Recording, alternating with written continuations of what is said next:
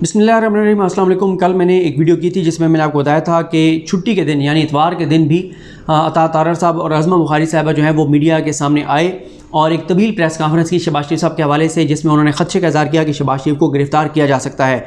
और फिर उन्होंने धमकियाँ भी लगाई। जो धमकियाँ लगाई वो 12 जुमले मैं आपको उस वीडियो में कल वाली में बता चुका हूँ। लेकिन अब मैं आपको बताता हूँ कि परेशानी थी क्यों। वो जो मैंने जिक्र किया था उस वीडियो में कि अगर वो मुझे मिल जाता है वो जवाब जो जमा कराया गया है FI की जानिब से अदालत में, तो वो मैं आपके सामने रखूँगा। अब उसका मुकम्मल मतन मैं आपके सामने रखने जा रहा हूँ। इससे आपको पता चलेगा कि शरीफ ख़ानदान की परेशानी क्यों है, शहबाज शरीफ को गिरफ्तारी क्यों नज़र आ रही है। क्योंकि FI ने तमाम चीज़ें अदालत को बता दी हैं और कह दिया है कि शहबाज शरीफ की ज़मानत जो है वो मनसूख की जाए, ताकि ये तो नहीं कहा गया इसमें कि उनको गिरफ़्तार किया जाए, हम करना चाहते हैं, लेकिन अल्टीमेटली शहबाज शरीफ गिरफ़्तार ही होंगे क्योंकि वो तामुन नहीं कर रहे। क्यों नहीं कर रहे, ये सारी तफसील जो है वो इसमें बता दी गई है। पैराग्राफ नंबर 1 में FIA ने बताया है कि FIR नंबर 39/2020 में शहबाज शरीफ और हमजा शहबाज की तरफ से हासिल की गई जो ज़मानत है उसकी हम ज़मानत की मनसूखी की इस्तदा कर रहे हैं। और FIA ने लिखा है कि इस अदालत में शहबाज शरीफ और हमजा शहबाज की ज़मानत कबल अज़ गिरफ़्तारी की दरख्वास्तें ज़ेर इल्तवा हैं।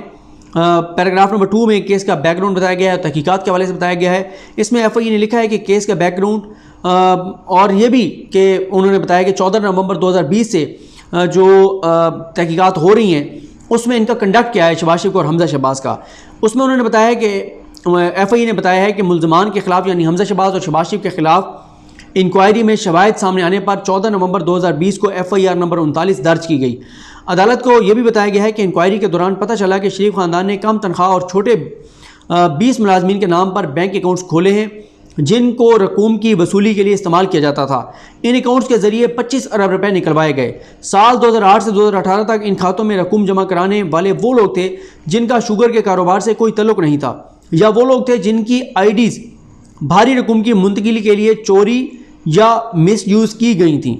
इसके अलावा FIA ने लिखा है कि इस केस के इंदराज के बाद मियाँ शहबाज शरीफ और हमजा शहबाज से 17 और 18 दिसंबर 2020 को तफ्तीश की गई। दोनों मुल्ज़मान से ये तफ्तीश उस वक्त की गई जब ये नैब की तहवील में कोट लखपत जेल में कैद थे। इनसे तफ्तीश के लिए FIA ने एहतसाब अदालत से इजाज़त ली थी। इसके बाद FIA ने अदालत को बताया है कि कोट लखपत जेल में शहबाज शरीफ से ने पूछे गए 5 सवालात में से किसी एक सवाल का जवाब नहीं दिया। उन्होंने वक्त ज़ाया करने के लिए अपने कानूनी कंसल्टेंट से मुशावरत करने के बहाने बनाए। 8 जनवरी 2021 को FIA की टीम ने दोबारा जेल में मुलाकात की, ताहम शहबाज शरीफ ने दोबारा इन 5 सवालात का जवाब देने से इनकार किया। उल्टा उन्होंने तफ्तीशकारों पर सियासी तानेबाजी की, यानी एक तो वो जवाब नहीं दे रहे थे और उल्टा उनको तंज कर रहे थे, और बल्कि हमजा शहबाज ने तो एक मौके पे धमकी भी लगाई थी FIA के अफसरान को, टीम को, कि वक्त सदा एक जैसा नहीं रहता और हम आपको देख लेंगे, इस तरह की बातें। इसके बाद FIA ने अदालत को बताया है कि शहबाज शरीफ और हमजा शहबाज ने नैब केस में लाहौर हाई कोर्ट से ज़मानत हासिल करने के बाद इस अदालत में ज़मानत कबल अज़ गिरफ़्तारी की दरख्वास्तें दायर कर दी। इसके बाद ये बताया गया है कि मियाँ शहबाज शरीफ 22 जून 2021 को उस वक्त तहकीकात के लिए पेश हुए जब FIA ने उनको कॉल अप नोटिस दिया। इस कॉल अप नोटिस में पेशी के मौके पर लिए गए इंटरव्यू में पहले 5 सवालात के साथ 20 ज़िमनी सवालात भी पूछे गए थे, लेकिन मुल्ज़िम शहबाज शरीफ ने तफ्तीशी टीम के सवालात के जवाब देने की बजाय तफ्तीशकारों को ट्रैक करने के लिए बयानबाजी और झूठे दावे किए और तफ्तीशी टीम पर सियासी इंतकाम का निशाना बनाने के इल्ज़ाम लगाए। इनकी जानिब से कभी भी मुनासिब जवाबात नहीं दिए गए। इनके दिए गए गैर जिम्मेदाराना जवाबात केस फाइल का हिस्सा हैं। उसके बाद ये भी बताया गया है कि हमजा शहबाज भी तहकीकात ज्वाइन करते हुए 24 जून 2022 को FIA के सामने पेश हुए।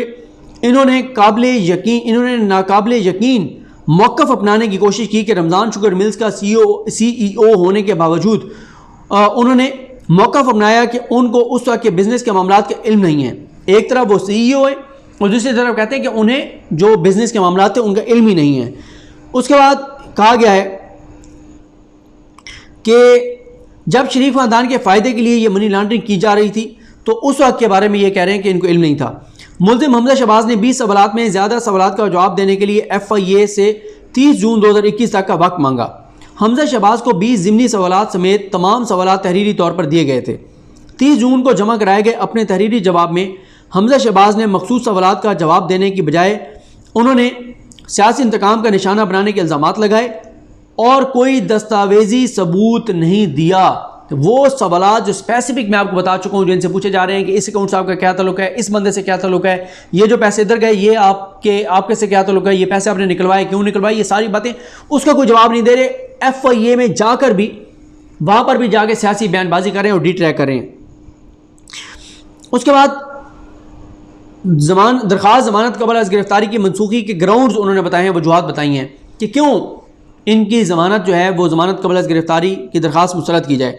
FIA ने अदालत से इस्तदा की है कि दोनों मुल्ज़मान मियाँ शहबाज शरीफ और मियाँ हमज़ा शहबाज शरीफ की ज़मानत कबल अज़ गिरफ्तारी की दरख्वास्तें मुस्तरद की जाएँ, क्योंकि दोनों मुल्ज़मान जानबूझकर मुसलसल तामुन से इनकार कर रहे हैं।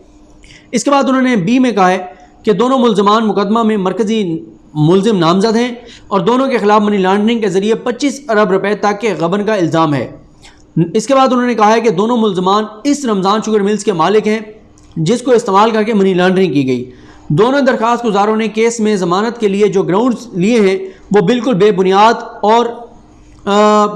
हैं और इस तरह मुल्ज़मान अदालत की तवज्जो जुर्म से हटाना चाहते हैं। इस केस के हक़ाइक़ और शवाहिद रिकॉर्ड पर मौजूद हैं। D FIA ने अदालत को बताया है कि शवाहिद से साबित होता है कि कम आमदन वाले मुलाजमीन के नाम पर अकाउंट्स रमज़ान शुगर मिल्स की टॉप मैनेजमेंट के कहने पर खोले गए थे और वो मुलाजिम बररास्त कंपनी के CEO हमज़ा शहबाज के मातहत काम करते थे। इसके बाद ये भी कहा गया है कि इस हवाले से भी काफ़ी शवाहिद मौजूद हैं कि मुख्तलिफ तरीक़ों से इन अकाउंट से भारी रकम निकलवाई गई।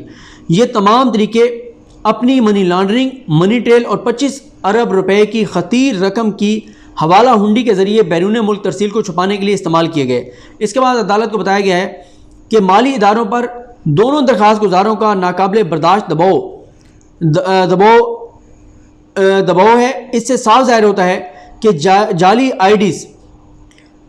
जाली आईडी अकाउंट्स को ऑपरेट करने की इजाज़त दी गई। गरीब खातेदारों के अकाउंट से भारी रकूम की वसूली और ट्रांसफ़र इनके प्रोफाइल से बिल्कुल मैच नहीं करती।